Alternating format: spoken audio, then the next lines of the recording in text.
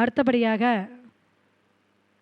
ஓலப்பாளையத்திலிருந்து ஜோதிட புலவர், அதாவது ஐயா வந்து புலவர் அப்படின்னு எதுக்கு சொல்கிறேன் அப்படின்னா, இந்த தமிழ் நூட்பாவையும் புலிப்பாணியுடைய பாடல்கள் அனைத்துமே மிக சிறப்பாக அவர் வந்து மனனமாக சொல்லக்கூடிய ஒரு அற்புதமான ஜோதிடர். ஏன்னா நிறைய நம்ம யூடியூப் சேனல்லையும் பார்த்துருக்கேன். அதே போல் நம்மளுடைய இலவச ஜோதிட வகுப்புலேயே அவர் வந்து பாடம் நடத்தியிருக்காரு. அப்படி சரளமாக வரும், இதுதான் இந்த ராசியோடைய சேர்க்கை, கிரகச்சேர்க்கை, பாவகம், இப்படி தாம்மா அப்படின்னு ஒவ்வொரு தலைப்புக்கும் ஒரு பாட்டு பாடிடுவார் அசால்ட்டாக. அப்படி பாடக்கூடிய ஒரு ஜோதிட புலவர், வித்தகர் அப்படின்னு சொல்லணும். அனுபவம் நிறையா இருக்குது ஐயாவுக்கு, வந்து மிக அற்புதமான அனுபவம் உண்டு. அதே போல் பேசுகிறதுலேயும் மிக சிறப்பாக பேசக்கூடியவர். இப்போ அவர் ஒரு நல்ல தலைப்பின் கீழே ஈஸ்வர மூர்த்தி ஐயா அவர்களை வந்து நம்ம பேச வந்திருக்காங்க நம்மளிடையே. அதனால் எல்லோரும் அமைதி காத்து பொறுமையாக அவர் சொல்கிற பாயிண்ட்ஸ் எல்லாம் எழுதிக்கிங்க. அதே போல் Karur online astro Karur channel இதுவரையும் நீங்கள் சப்ஸ்கிரைப் பண்ணலைன்னா பண்ணிக்கோங்க, ஷேர் பண்ணிக்கிங்க. இந்த லைவ் ப்ரோக்ராம் வந்து நீங்கள் எல்லாத்துக்கும் கொடுக்கும் பொழுது ஐயாவுடைய அந்த பேச்சு திறமை, என்ன விஷயம் சொல்கிறாரோ அது வந்து எல்லாத்துக்கும் போய் ரீச் ஆகும். ஸோ எல்லோரும் இதை வந்து நல்ல ஒரு பயன்பாட்டில் வச்சுக்குங்க. சிவாய நம. திருச்சிற்றம்பலம். ஐயா உட்காந்தே பேசிக்கிங்க.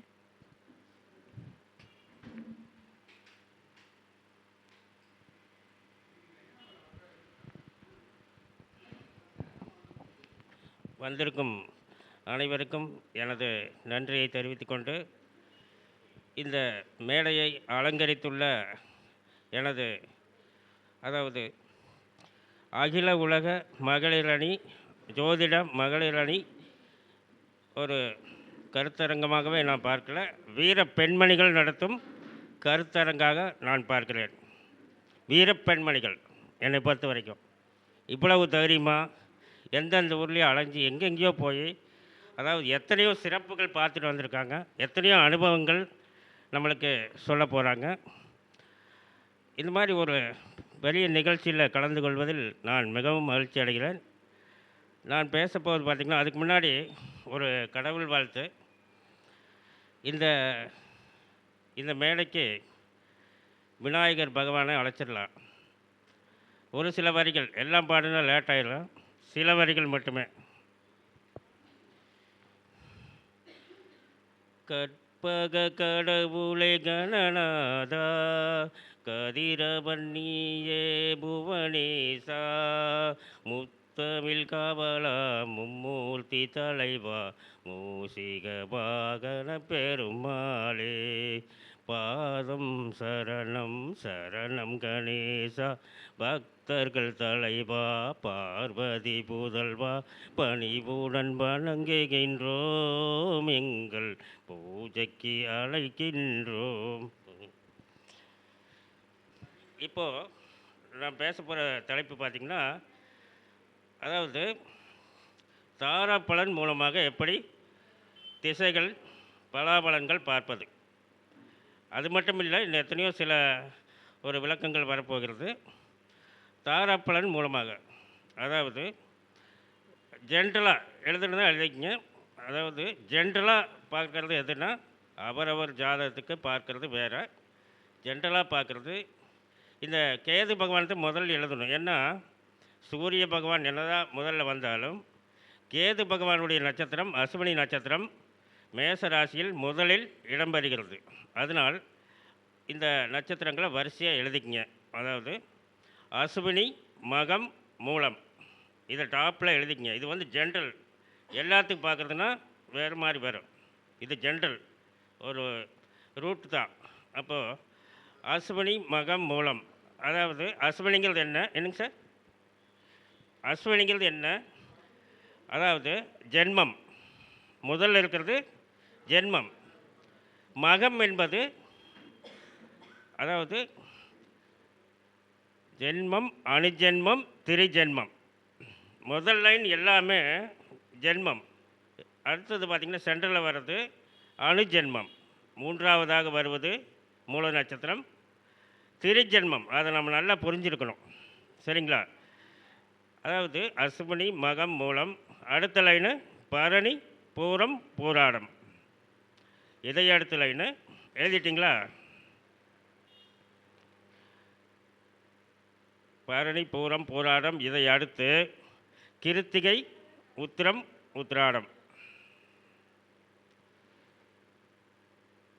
ரோகிணி, அஸ்தம், திருவோணம், மிருகசீரிடம், சித்திரை, அவிட்டம், திருவாதிரை, சுவாதி, சதயம், புனர்பூசம், விசாகம், பூரட்டாதி, பூசம், அனுசம், உத்திரட்டாதி, ஆயில்யம், கேட்டை, ரேவதி. இவ்வளோதான் 9 லைன்.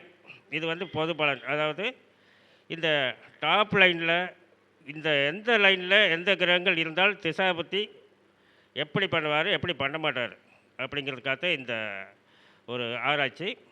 இதில் பார்த்தீங்கன்னா இப்படி தான் ஒரு 45 இயர்ஸாக 40 வருஷம் என்னுடைய அனுபவம் சொல்லி என்னுடைய விசிட்டிங் கார்டில் போட்டிருக்கேன்.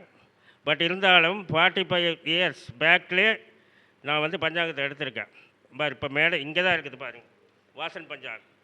45 வருடத்துக்கு முன்னாடி இதை கையில் எடுத்தது, இன்னும் வைக்கலை. அப்போ ஏன் இந்த 45 வயசுக்கு முன்னாடி இந்த பஞ்சாங்கத்தை எடுத்தேன்னு கேட்டிங்கன்னா, அப்போ எனக்கு 15 இயர்ஸ் 3 மந்த். எதுக்காக எடுத்தேன்னா, எனக்கு 3 மந்த்ஸ்லேயே அப்பா இல்லை, 15 இயர்ஸில் அம்மா இல்லை. என்ன காரணம்? What is the reason? எங்கள் சித்தப்பா ஜாதம் பார்த்துட்ருக்காரு. அப்போவே அவருக்கு 60. அவர்கிட்ட கேட்குறேன், என்னங்க சித்தப்பா இந்த 2 பேருமே போயிட்டாங்க, நீங்கள் உங்களோட தான் இருந்தால் மாட்டேங்குது, இதுக்கு என்ன காரணம், என்ன ரீசன் கேட்கும்போது, கையை கொண்டா அப்படின்னாரு. கைரேகை நிபுணர் அவர், ஜோதிடத்தில் நிபுணர், கைரேகையில் நிபுணர். சரின்ட்டு கை காமிச்சேன், பார்த்தாரு. அப்பா அம்மா இறந்ததுக்கு என்ன காரணம் கேட்குற, அப்படி தானே, வருங்காலத்தில் நீயே பெரிய ஜோதிடராக வருவேன், அப்போவே நீ தெரிஞ்சுக்க அப்படின்ட்டார். வருங்காலம் என்ன, 21 வயசுலேயே தெரிஞ்சிட்டேன் அதுக்கு என்ன காரணம் அப்படின்னு. இந்த மாதிரி நிறைய ஆராய்ச்சி பண்ணணும். நம்மளுடைய ஒரு குடும்பத்தில் இருக்கக்கூடிய நபர்களுடைய ஒரு ஜாதகத்தை ஃபஸ்ட்லேருந்து இப்போது ஒரு 40 வருஷம் இருக்குன்னா எத்தனையோ திசை லைனிங்கில் வந்திருக்குது.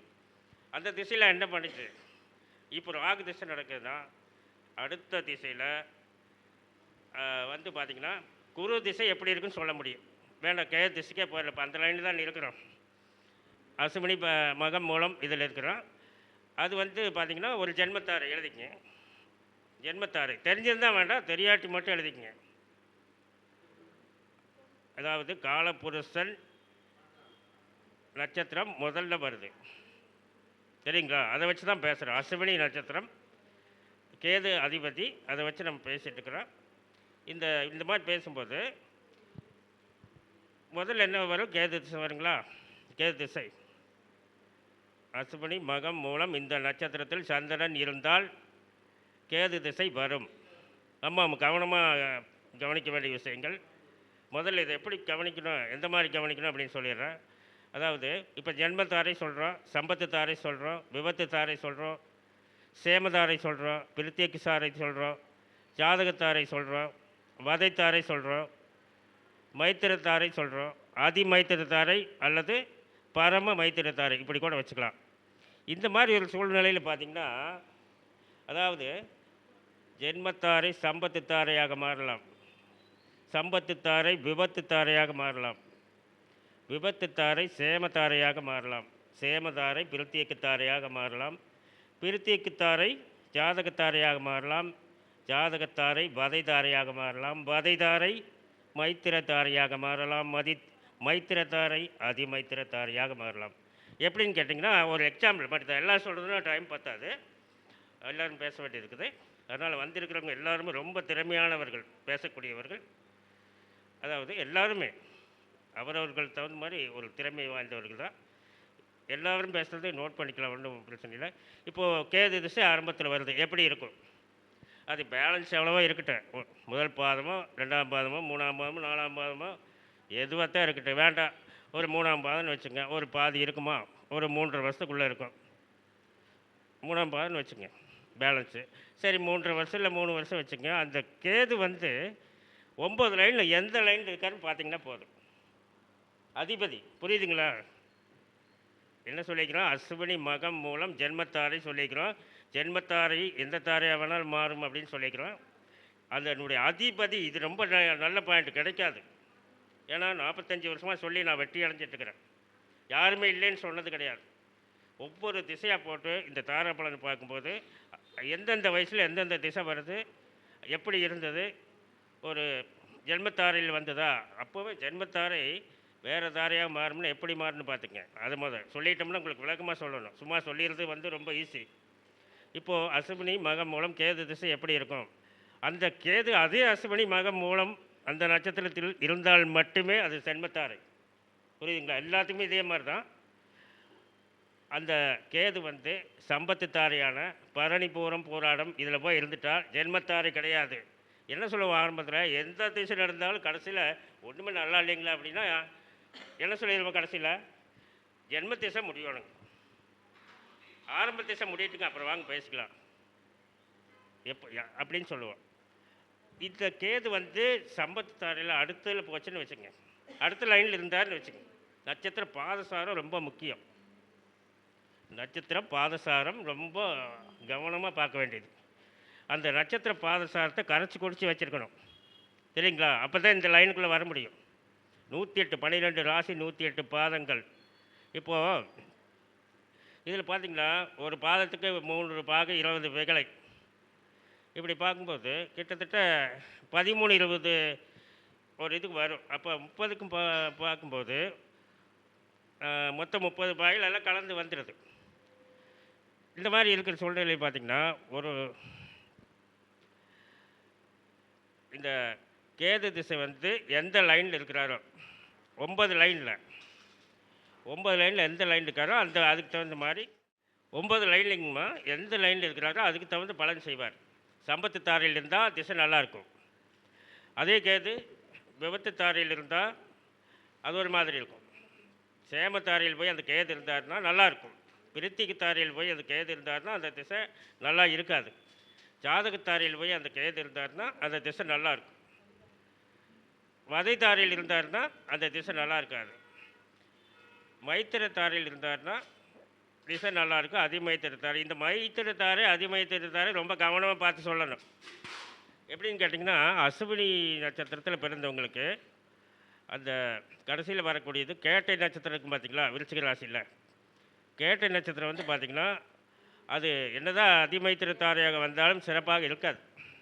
அதில் கிரகங்கள் இருந்தாலும் திசையும் சிறப்பாக இருக்காது. ரொம்ப கவனமாக பார்க்க வேண்டியது. இந்த மாதிரி ஒவ்வொரு லைனில் எந்த லைனில் முதல்ல ஜாதகம் பார்க்க வந்தோடனே என்ன செய்யணும் அப்படின்னா, அந்த ஜாதகம் கரெக்டானு பார்க்கணும் ஃபஸ்ட்டு. சரிங்களா? இப்போ இந்த லைன் சொல்லிட்டேன், இது அவ்வளோதான். அப்படி நீங்கள் வந்து ரூட் கணக்கு எடுத்துக்கலாம். ஜாதகம் பார்க்க வந்தோன்னா அந்த ஜாதகம் ரைட்டானு பார்க்கணும். அதுக்கு என்ன எப்படி பார்க்கணும்? ராசி கட்டம் அம்சக்கட்டம். ராசி கட்டம் அம்சக்கட்டத்தை வச்சு அந்த ஜாதகம் கரெக்டானு பார்க்கணும். அப்படி பார்க்கும்போது ஒரு ஆண் ஜாதகம் அல்லது பெண் ஜாதகம், ஆண் ஜாதகம் வச்சுங்க, ஆண் ஜாதகம் வச்சுங்க. ராசி கட்டத்தில் அந்த லக்கணம் என்னங்கம்மா, ராசி கட்டத்தில் எந்த ஆண் ஜாதகமாக இருந்தாலும் சரி பெண் ஜாதகமாக இருந்தாலும் சரி எங்கே வேணாலும் லக்கணம் வரும். ஆனால் அம்ச கட்டத்தில் எங்கே வேணாலும் வரக்கூடாது. ஆண் ஜாதகத்தில் ஆண் ராசியில் மட்டும்தான் அந்த லக்கணம் வரணும். அப்படி மாறி வந்தால் அந்த ஜாதகம் தவறு. சரிங்களா? அந்த ஜாதகம் தவறு. அதே மாதிரி பெண் ஜாதகத்தில் ராசி கட்டத்தில் எங்கே வேணாலும் வரலாம். அம்ச கட்டத்தில் பெண் வீட்டில் வரணும். மாறி வந்தால் சரியாக வராது. 40 இது கிட்டத்தட்ட 1984 அதாவது ஒரு குழந்தை எந்த ஆஸ்பத்திரியாக இருந்தாலும் சரி வீடாக இருந்தாலும் சரி, சரிங்களா, இதெல்லாம் கரெக்டாக கன்ஃபார்ம் பண்ணணும். ஆஸ்பத்திரியாக இருந்தாலும் சரி வீடாக இருந்தாலும் சரி எங்கே ஜனனமானாலும் அந்த குழந்தையினுடைய அந்த ரூமினுடைய தலைவாசல் என்ன ராசியை வச்சு பிரசவ அறையை சொல்ல முடியும். பிரசவ அறையினுடைய ஒரு திசையை சொல்ல முடியும். அடுத்தது பார்த்திங்கன்னா, அந்த மாற்றுவாங்க பார்த்தீங்களா, வேறு அறைக்கு கொண்டு வந்து கொஞ்ச நாள் இருப்பாங்க, அந்த அறையை சொல்ல முடியும். இந்த மாதிரி சொல்லணும். அதே மாதிரி இந்த மாதிரிலாம் சொல்லும்போது தான் அவங்களுக்கு நம்பிக்கை வரும். அதுக்கு ரூட் கரெக்டாக எடுக்கணும். அப்போது ஜாதகம் கரெக்டானு பார்க்கணும். 28 அதாவது 27 நட்சத்திரங்கள் சரளமாக நம்ம வந்து காலையில் எந்திரிச்சு சொன்ன 27 நட்சத்திரத்தை நம்ம கவனத்தில் கொண்டு வரணும். அதைத்தான் வந்து நான் புலிப்பாடி பாட்டு பாடாமே பாடிட்டேன். எதுக்கு முன்னாடி பாடிடலாம் இன்னொரு தடவை. என்ன சொல்லிக்கிறாரு புலிப்பாடி சத்திர, அதாவது அதுலேயே நவக்கிரகத்தை கொண்டு வந்துட்டார். ஜோதி என்னும் குருபதியும் வெள்ளி நீலன் ஜொலிக்கின்ற கதிர்மதிசை கணக்கன் பாம்பிரண்டும் ஆதி என்னும் ராசி 12க்குள்ளே அடக்கி வைத்தார் கோள்கள்தான். வாதியன் ஞானியாய் பலவாறாக வையகத்தில் பூட்டி வைத்தார் வரிசையாக. ஜாதகமாய் ஜென்மனுக்கு சுட்டிக்காட்டி சமர்த்தான பலஞ்சொல்லும் குறிய கேளுன்றிருக்கார். என்ன இது இது எதுக்கு சொல்ல வரணும்னா, காலையில் எழுந்திரிச்சு சொன்னால் இந்த பாட்டு ஞாபகத்தில் வரணும். 27 நட்சத்திரம் சரளமாக மனப்பாடம் இருக்கணும். மேடம் ஒரு ஒரு இந்த 27 நட்சத்திரம் சொல்கிறதுக்கு எத்தனை செகண்ட் ஆகுது இல்லை நிமிஷம் ஆகுதுன்னு பாருங்கள், கணக்கு வச்சுங்க. 27 நட்சத்திரம் ஆரம்பிக்கிறேன். அஸ்வினி பரணி கிருத்திகை ரோகிணி மிருகசீரிடம் திருவாதிரை புனல் பூசம் பூசம் ஆஜல்யம் மகம் பூரம் உத்திரம் அஸ்தம் சித்திரை சுவாதி விசாகம் மனுஷம் கேட்டை மூலம் பூரம் பூராடம் உத்திராடம் அபிட்டம் சதயம் பூரட்டாதி உத்திரட்டாதி ரேவதி. இதில் ஏதோ இடையில் ஸ்டக்காக இருக்குது, இன்னொரு கப்பாடிடுறேன். இல்லை வேணாம் இன்னொரு கப்பாடிடுறேன். ஆஸ்மணி பரணி கிருத்திகை ரோகிணி மிருகசீரிடம் திருவாதிரை புனர்பூசம் பூசம் ஆஜல்யம் மகம் பூரம் உத்திரம் அஸ்தம் சித்திரை சுவாதி விசாகம் மனுஷம் கேட்டை மூலம் பூராடம் உத்திராடம் திருவோணம் அவிட்டம் சதயம் பூரட்டாதி உத்திரட்டாதி ரேவதி. சரிங்களா? அவ்வளோதான் ஆச்சுங்களா? நானும் ஒரு நிமிஷம் ஆகிருக்கேன்னு நினச்சேன். அதாவது இந்த மாதிரி சரளமாக மெமரி பவர் இருக்கணும். அப்போ ஜாதகத்தை எடுத்தோன்னு நல்லா என்ன தெரியுங்களா, சும்மா அந்த தேதி பிறந்த நேரம் இதெல்லாம் தேடிட்டு இருக்க மாட்டேன்.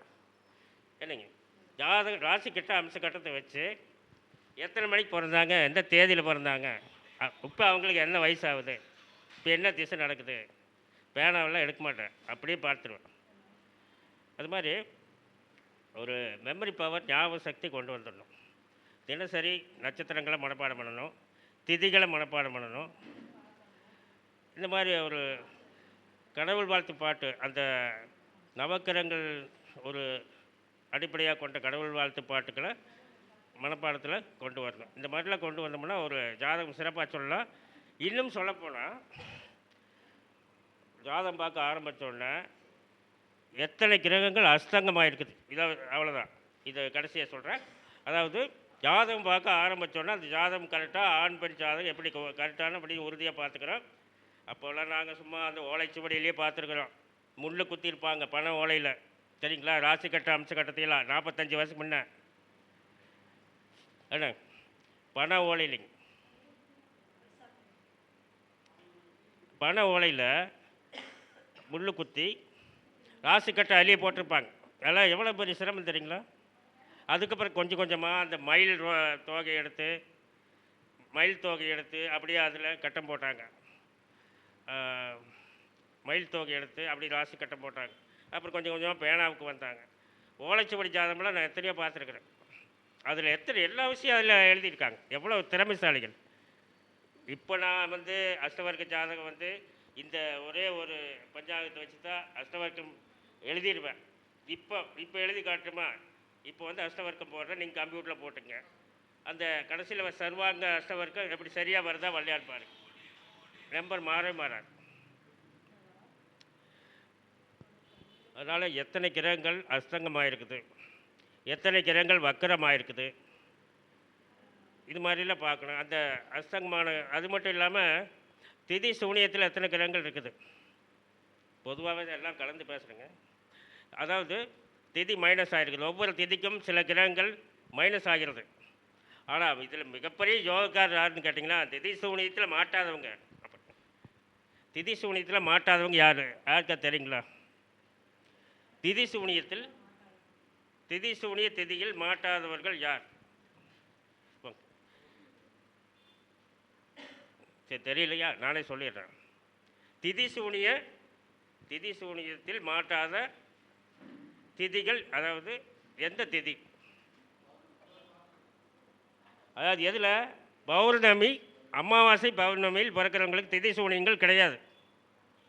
கொடுத்து வச்சவங்க, ரொம்ப கொடுத்து வச்சவங்க அவங்க தான். இல்லை பார்த்தீங்களா, அடுத்து எடுத்து வச்சுருக்கிறேன். இதில் ஒரு சாம்பிளுக்கு பார்த்தீங்கன்னா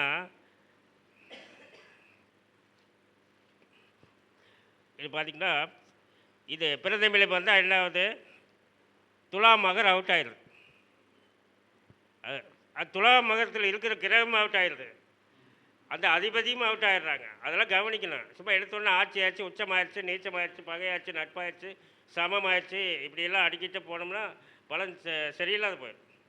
என்ன பண்ணும், எத்தனை கிரகங்கள் அஸ்தங்கத்தில் இருக்குது, எத்தனை கிரகங்கள் வக்கரத்தில் இருக்கிறது, எத்தனை கிரகங்கள் திதி சூனியங்களில் மாட்டி இருக்குது, யார் யார் எங்கெங்கே மாட்டிக்காங்க, அவங்கவுங்க திசை எந்த வயசில் வருது, இப்படிங்கிறத ரொம்ப கவனமாக சீக்கிரமாக பார்க்கணும். அதெல்லாம் பார்க்குறதுக்கு ரொம்ப லேட்டாகும். நம்ம வந்து ரொம்ப ஆராய்ச்சிகள் இருந்தால் ரொம்ப சீக்கிரமாக பார்க்கலாம். அப்படி பார்க்கும்போது பார்த்திங்கன்னா, பிரதமை திதியில் பிறந்தாங்கன்னா இந்த துலாம் ராசி மகர ராசி அவுட் ஆயிடுது, அதில் இருக்கக்கூடிய கிரகங்கள் அவுட் ஆயிடுது. அப்போ அதில் நிறைய கிரகங்கள் இந்த திதிசூனியமான ராசிகளில் இருக்கக்கூடாது, சரிங்களா? திதிசூனியமான ராசிகளில் கிரகங்கள் இருக்கக்கூடாது. ஆனால் அதே அதிபதியும் ஆகாதுன்னு சொல்லிக்கிறேன். அந்த அதிபதி எங்கே போய் இருக்கணும், நீச்ச வீட்டில் இருக்கணும், பலம் அடையக்கூடாது. புரியுதுங்களா?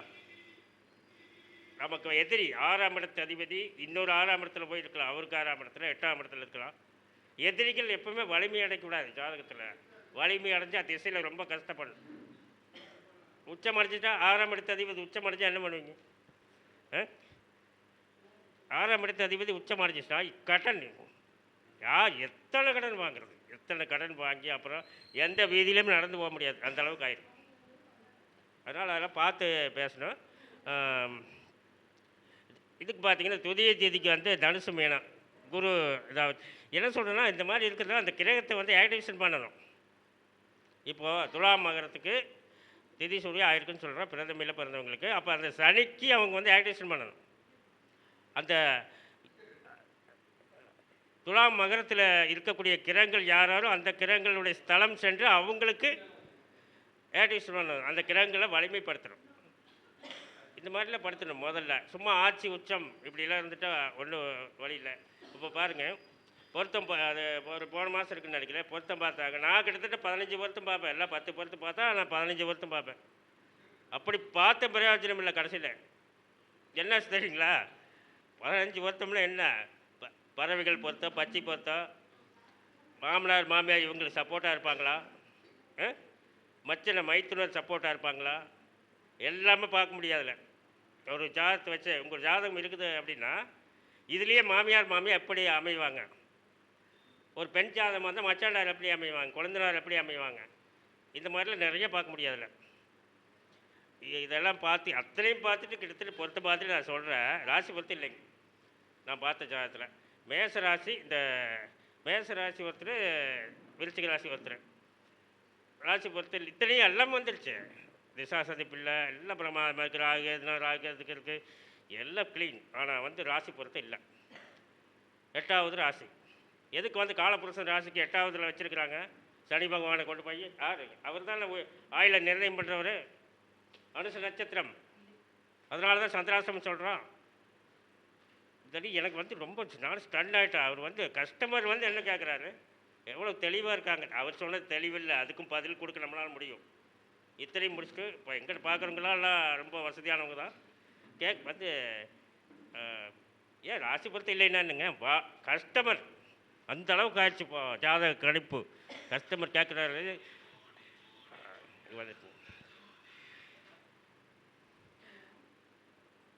ராசி பொறுத்து இல்லைன்னா அதிபதி பொறுத்த வரதில்லை, 2 பேர்த்துக்கு ஒரே அதிபதி தான் அப்படிங்கிறாரு கஸ்டமர். அதை நான் ஒத்துக்கலை. எப்படி ஒத்துக்கலைன்னு கேட்டிங்கன்னா, 2 பேர்த்துக்கு ஒரே அதிபதியாக இருந்தாலும் பஞ்சபூதங்கள் மாறுதில்ல. பஞ்சபூதங்கள் எடுங்க மேடம், ராசியா 2 பேர்த்துக்கு ஒரே அதிபதி தான்ட்டார் கஸ்டமர். நான் ஒத்துக்க முடியாதுட்டேன், நீ சொல்கிறத எடுத்துக்க முடியாது. ஏனுங்க சார், 2 ஒரே அது செவ்வாய் அது செவ்வாய் தாங்கிறார் கஸ்டமர். எப்படி தான் அவங்களுக்கெல்லாம் தெரியுதோ இல்லை. ஆமாம் சொல்லிட்டேன், பஞ்சபூதங்கள் வேறு. என்னதான் கஷ்டமாக இருந்தாலும் பஞ்சபூதங்கள் வேறு. மேலே நெருப்பு கீழே நீர், அதனால தான் 8ஆம் இடமும் வருது. பின்னாடி தண்ணீர், மேசராசிக்கு பின்னாடி தண்ணீர், 4ஆம் இடத்துல தண்ணீர் தான், 8ஆம் இடத்துல தண்ணீர் தான். இப்படி சந்திராசிரமம் 8ஆம் இடம் மட்டுமல்ல, 4ஆம் இடத்துக்கும் சந்திராசிரமம் உண்டு, சரிங்களா? 12ஆம் இடத்துக்கு சந்திராசிரமம் உண்டு. 8ஆம் இடத்துல அனுச நட்சத்திரம் ஒருத்தருக்கு சந்திராசிரமம் வருது. ஏன் அந்த உத்திரட்டாதி நட்சத்திரம் மேச ராசிக்கு பின்னாடி இல்லையா? 4வது ராசியில் கடக ராசியில் பூச நட்சத்திரம் இல்லையா? கனெக்ஷன் ஆகலையா? இதை மட்டும் சொல்கிறோம். பூசம் அனுசம் உத்திரட்டாதி இங்கேருந்து எங்கே போய் லிங்க் ஆகுது? சந்திராஷ்டமம் எங்கே போய் லிங்க் ஆகுது? அதனால் இங்கே வந்து இவங்கள பத்திரமா இருக்க சொன்னால் அவங்க 2 பேத்துக்கு பிரச்சனையாகுது. யாருக்கு? கடகராசிக்கு. மேசராசி சந்திராஷ்டமம் சொன்னோம்னா அவங்க 2 பேத்துக்கு பிரச்சனையாகுது. கடகராசிக்கு அது. ஏன்னா கனெக்ஷன். அப்படி யாரும் தப்ப முடியாது. அதனால் சந்திராஷ்டமம் 6 மணி நேரம் தான். அது போன மீட்டிங்கில் சொல்லிவிட்டு அதை பற்றி பேச வேண்டியதில்லை. வெறும் 6 மணி நேரம் தான். 54 மணி நேரம் கிடையாது யாருக்குமே. இந்த மாதிரி இப்போ எந்த இதில் சொல்லிட்டு இருந்தேங்க? இல்லை, அந்த பொருத்தம் பார்த்து பற்றி சொல்லிட்டு இருந்தேன். அது என்னாச்சுன்னா கடைசியில் ஒத்துக்க மாட்டேன்ட்டார். அப்புறம் விளக்கமாக சொல்லி பஞ்சபூதங்கள், அப்போ மேலே இருக்கிறது நெருப்பு, கீழே இருக்கிறது நீர், 2க்கு ஒத்து வராது. 12ஆம் இடத்துல நீர் தான் இருக்குது, அதனால தான் 12ஆம் இடத்துல வேண்டாங்கிறோம். 6ஆம் இடத்துல என்ன இருக்குது? பூமி இருக்குது, கண்ணியில் வேண்டாங்கிறோம். 8ஆம் இடத்துல தண்ணீர் இருக்குது, நெருப்புக்கு ஆகாது வேண்டாங்கிறோம். இவ்வளவுதான். மறைவிஸ்தானம்னா என்ன? பஞ்சபூதங்கள் சத்ருவாக வர்றது. டைம் ஆச்சுங்களா? பஞ்சபூதங்கள் பார்த்து பொருத்தங்கள் முடிவு பண்ணணும்.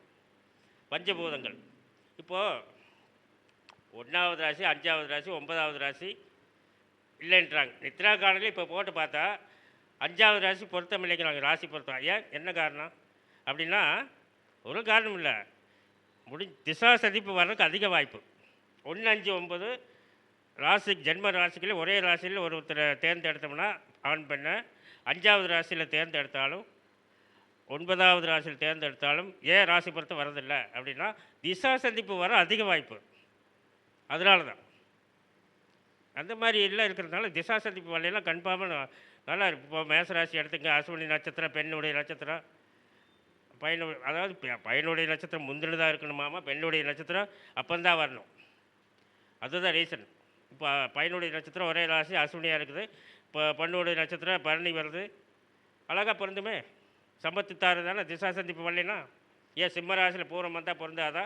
தனுசு ராசியில் பூராடம் வந்தால் பொருந்தாதா? அதே அஸ்வினி நட்சத்திரத்துக்கு. அப்புறம் இப்போ வந்து இதை கடைசி அதை உடனே சொல்லிவிட்டு நான் முடிச்சிடறேன். அதாவது மேச ராசி மட்டும் சொல்கிறேன். மேசராசி மட்டும் சொல்கிறேங்கம்மா. மேசராசி வெறும் நெருப்பு, அதாவது பிராக்கெட் மட்டும்தான் நெருப்பு. கட்டம் பிராக்கெட் மட்டும் நெருப்பு. நெருப்புக்குள்ளேயே எல்லாருமே இருக்கிறாங்க. இப்போ அஸ்வினி 1, 2, 3, 4, பரணி 1, 2, 3, 4, கிருத்திகை முதல் பாதம். அஸ்வினி 1ல் யார் இருக்கிறா? நெருப்பு இருக்கிறா. 2ஆம் பாதத்தில் இல்லை. 2ஆம் பாதத்தில் நெருப்பு கிடையாது, பூமி. அஸ்வினி 2ஆம் பாதத்தை என்ன சொல்கிறோம்? அஸ்வினி முதல் பாதம் மட்டுமே வர்க்கோத்தம நட்சத்திரம், ஒரு சிறப்பான ஒரு நட்சத்திர பாதம். அஸ்வினியில் சிறப்பான பாதம் எதுனா முதல் பாதம். அவங்க தான் வர்க்கோத்தம் ஆக முடியும். 2வது பாதம் மாறிடுது. நெருப்புக்கும் அதுக்கு சம்மந்தமே இல்லை, பூமி. ஏன் 6வது ராசியில் 8வது ராசியில் அதே மாதிரி பூமி இருக்கிறவங்கள கட்டி வைக்கக்கூடாது? நான் கட்டி வச்சுருக்கேன். எத்தனையோ பொருத்தம், எத்தனையோ லட்சக்கணக்கான பொருத்தம் பார்த்துருக்கோம். இது வரைக்கும் யாருமே என்னை வந்து கேட்டது என்னங்க எப்படி ஆயிடுச்சு நீங்கள் பார்த்து கொடுத்தது கிடையாது. எந்த சூழ்நிலையும் கிடையாது. நான் வந்து பணம் காசு சம்பாதிக்கலினாலும் யார் வந்து தப்பாக சொல்கிறத சம்பாதிக்கல. ஆனாலும் இப்போது 2ஆம் பாதத்துக்கு என்ன இருக்குது? 6ஆம் இடத்துல 8ஆம் இடத்துல கூட பண்ணலாம். அதே பூமி 2ஆம் இடம் பூமியாக மாறிடுது. 2வது பாதம் பாதத்தை மட்டும் சொல்லிட்டு முடிச்சிடுறேன். அஸ்வினி 1 வந்து நெருப்பு, 2ஆம் பாதம் பூமி, 3ஆம் பாதம் காற்று, 4ஆம் பாதம் நீர். அதே மாதிரி தான் பரணி. பரணி 1 நெருப்பு, பரணி 2 பூமி, பரணி 3 காற்று, பரணி 4 தண்ணீர், கிருத்திகை முதல் பாதம் நெருப்பு. 3 நெருப்பு இருக்குள்ள அப்படி கணக்கு வச்சுக்கலாம். 3 நெருப்பு, 2 பூமி, 2 தண்ணீர், இந்த மாதிரி எடுத்துக்கலாம். இதில் வந்து பார்த்திங்கன்னா ஒன்று இது ரொம்ப முக்கியமானது சொல்லிடுறேன். கிருத்திகை முதல் பாதம் தனுசு ராசிக்கு ரொம்ப சிறப்பாக இருக்கும். நட்பு வட்டாரம் சரி, பொருத்தம் பார்க்கறதும் சரி. தனுசு ராசியில் பிறந்தவங்களுக்கு அது மூல நட்சத்திரம் இருந்தாலும் கிருத்திகை முதல் பாதம் மட்டும் ஏன்னா அவ்வளோ அருமையாக இருக்குது. கிருத்திகை முதல் பாதம் தனுசு ராசிக்கு ரொம்ப இருக்குது. ஆனால் கிருத்திகை 2ஆம் பாதம் என்ன பண்ணுது? கிருத்திகை 2ஆம் பாதம் என்ன பண்ணுது? 6வது ராசியாக மாறிடுது, 8வது ராசியாக மாறி இல்லைங்களையா? எப்படி பாருங்கள், ஒரே நட்சத்திரத்தில் எவ்வளோ பகை. காலற்ற தலையற்ற நட்சத்திரத்தில், சிரசற்ற உடலற்ற நட்சத்திரத்தில் எவ்வளோ பிரச்சனைகள். முதல் பாதம் ஒத்துக்குதாமா, 2ஆம் பாதம், 3ஆம் பாதம், 4ஆம் பாதம் ஒத்துக்காதான்? என்ன காரணம்? What is the reason? இங்கிருந்து என்ன அது 9வது ராசியாக வருது, முதல் பாதத்திலேருந்து. அங்கிருந்து என்ன 5வது ராசியாக வருது. அதே 2ஆம் பாதமான 6வது ராசியாக மாறிடுது, 8வது ராசியாக மாறிடுது, சந்திராஷ்டம ராசியாக மாறிடுது. ரிஷப ராசிக்கு தனுசு ராசி தானே சந்திராஷ்டம ராசி. இந்த மாதிரி ஆராய்ச்சிக்கு உள்ளே போகணும், உள்ளே போய் ரொம்ப பார்க்கணும். இந்த மாதிரி நிறைய இப்போ வந்து இன்னும் எத்தனையோ இது முதல் முறையாக எங்களை கூப்பிட்ருக்காங்க அம்மா. அவங்க இந்த மகளிர் அணியில் இருக்கிறவங்க எல்லாருமே ஜோதிட வீர பெண்மணிகள் அப்படின்னு மாதிரி சொல்லிட்டேன். வாழ்த்துக்கள். அவங்க எல்லாருமே எப்போவுமே இன்னும் நல்லா வரப்போகிறாங்க. இன்னும் எத்தனையோ மேடை அலங்கரிக்க போகிறாங்க. மிகப்பெரிய இதை விட பிரம்மாண்டமாக ஒரு. ஆனால் இவங்களில் யார் வேணாலும் அடுத்த ஒரு வருஷத்துக்குள்ளே இப்போ சொல்கிறேன், அடுத்த வருஷம் இப்போ வந்து எத்தனை பேர் இருக்கிறீங்க? 11 பேர் இந்த இதில் இருக்கிறீங்க இல்லையா? அடுத்த வருஷம் இன்னாரும் யார் யாருக்கு சொந்தமான இடம் இல்லையா அரங்கு அமைப்பதற்கு, அரங்கு சொந்த இடத்தில் உங்களில் யாரோ ஒருவர் அமைத்தாலும் அது எல்லாத்துக்கும் நல்லது. அது நடக்க போகிறது. அது மினி மகாலாக இருக்கலாம், மிகப்பெரிய கல்யாண மண்டபமாக இருக்கலாம், இல்லை பெரிய அரங்கு மட்டும் இருக்கலாம். இங்கே சூழூரில் அவங்க ஊர்லேயே கூட நடத்துவாங்க, சொந்தமாக வாங்கி. நடக்கட்டும் ஆண்டவன் கிருபையில். இதுவரை எனக்கு பேச வாய்ப்பளித்த எனது அகில உலக ஜோதிட மகளிர் அணி பேரவைக்கு எனது மிகப்பெரிய ஒரு நன்றியை தெரிவித்துக்கொண்டு, இதுவரை என் உரையை கேட்டுக்கொண்டிருந்த உங்கள் அனைவருக்கும் எனது நன்றியை தெரிவித்துக்கொண்டு விடைபெறுகிறேன். நன்றி, நல்வாழ்த்துக்கள். வாழ்க வளமுடன். வாழ்க வளமுடன். மிக சிறப்பான அமைப்புங்க. ஏன்னா ஜோதிட கருத்துக்கள் வந்து பரவலாக சொல்லிட்டார், அனுபவ கருத்தாக சொல்லிட்டார். பொருத்தம் பார்க்குறது எப்படி, அதே போல் தாராபலன் பார்த்து எப்படி நம்ம பொருத்தம் எடுக்கணும் அப்படின்னு அனுபவம். ஈஸ்வரமூர்த்தி ஐயாவை தான் இனிமேல் ஒவ்வொரு கருத்தரங்கு மீட்டிங்க்கு நம்ம வந்து தலைமையாக போட்டு செய்யணும் அப்படின்ட்டு. ஏன்னா அந்த அனுபவமும் ஆரோக்கியமான அந்த ஆராய்ச்சி தன்மையும் தான். அதே போல் வாக்குப்பளி தான். ஐயா சொன்ன மாதிரி நான் என்ன மேடையிலலாம் சொல்லலை, நம்ம ஐயா சொன்ன மாதிரியே நம்ம வீடு கட்டிகிட்டு இருக்கோம். நம்ம பேரவை ஆரம்பித்து 3 இயர்ஸ் ஆயிடுச்சு. 3 மாநாடு முடிச்சிட்டோம். 19வது கருத்தரங்க மீட்டிங் போயிட்டுருக்கு. ஸோ அந்த வீட்டில் குமரக்கோட்டம் அப்படிங்கிற பஸ் ஸ்டாப்புங்க, சுற்றிலும் நல்ல சன்னதிகள் இருக்கும். பெருமாள் கோயில், சிவன் கோயில், அதே போல் அறுபடை முருகன், அவர் தான் எப்போ நமக்கு உறுதுணையாக இருக்கக்கூடியவர். அங்கே தான் நம்ம ஒரு சின்னதாக ஒரு 3 சென்ட்டில் இப்போ தான் வீடு அடியன் வந்து கட்டிகிட்டு இருக்கோம். அதில் இது மாதிரி ஒரு மினி ஹால், அது மாதிரி வாக்குப்பளிதம் வாங்க. ஏன் இதை மேடையிலேயே சொல்கிறேன் அப்படின்னா, பிரபஞ்சமும் ஈசனும் சொல்ல வைக்கிறார். அது அவர் வாயில் வந்துருச்சு. அதான் சொல்கிறனால இதை நான் வெளிப்படையாக சொல்லிட்டேன். மாநாட்டில் கூட சொல்லலை. மூல நட்சத்திரம் 7ஆம் பாவகம் மிதுனம் தாங்க ஐயா நான். ஸோ இதை எல்லாருமே தெரிஞ்சுக்குங்க. அதனால் அப்போ நேரடி கருத்தரங்க மீட்டிங், அதே போல் நம்மளுடைய ஜோதிட வகுப்பு புக்ஸு நோட்ஸ் எல்லாமே ரெடி பண்ணி வச்சுட்டேன். எப்படி நம்ம வந்து ஒவ்வொரு ட்ரஸ்ட்லேயும் நடத்திட்டு இருக்காங்களோ அதே போல் நம்மளுடைய அகில உலக மகளிர் பேரவைக்கான இளநிலை, முதுநிலை, அதே போல் எல்லாமே ரெடி பண்ணி வச்சுருக்கேன் நோட்ஸ் எல்லாம். அதெல்லாம் நம்ம நேரடி வகுப்பாகவும் ஆன்லைன்லையும் எடுக்கலான்ட்டு ஜோதிடம் தான் நம்மளுடைய யாசிக்கக்கூடிய அமைப்பில் கொண்டு போகணும் அப்படின்னு பிளான் பண்ணிகிட்ருக்கோம். கிட்டத்தட்ட வைகாசி ஆயிரும்னு நினைக்கிறேன் பில்டிங்லாம் கட்டி முடிக்கிறதுக்கு. அப்போ நம்மளுடைய சொந்த இடத்துலையே மக்கள் நல்லபடியாக வந்து போகிற அளவுக்கு பஸ் ஸ்டாப் இருக்குது. ஸோ நம்மளுடைய வளர்ச்சி, நம்மளுடைய வீட்டையும் ஒட்டி நம்மளுடைய ஜோதிட அலுவலகமும் அதே போல் நம்மளுடைய வகுப்பு எல்லாமே நடக்கக்கூடிய அமைப்பில் எல்லா யூடியூப்காரங்களையும் நம்ம கூப்பிட்டு ஒவ்வொருத்தரையும் நடத்துவோம் அப்படிங்கிற ஒரு இந்த தருணத்தில் நம்ம சொல்லிக்கிறோம். அதே போல் நான் ஏன் கரூர் அஸ்ட்ரோ டிவியை சொன்னேன் அப்படின்னா, லாஸ்ட் டைம் வந்து வையாபுரி அண்ணா வந்து திரிசக்தி ஜோதிடம் செகண்ட் இதுக்கு வந்து நம்மளுடைய தலைமையாக போட்டு பேசினாங்க. அப்போ தான் ஈஸ்வரமூர்த்தி ஐயா வந்து நமக்கு பரிச்சயமானார். இது ஒவ்வொருத்தரும் ஆமாங்க. அப்போ வந்து மேடையில் அப்புறம் பேசணுன்னே அவருக்கு ஒவ்வொருத்தரும் இது மாதிரி தான் நமக்கு பழக்கம். மூர்த்தி ஐயா அவர்களுக்கு சுரேஷ் சர்மா ஐயா வந்து ஒரு பொன்னாடை வழங்கி சிறப்பிக்க வேண்டுகிறோம்.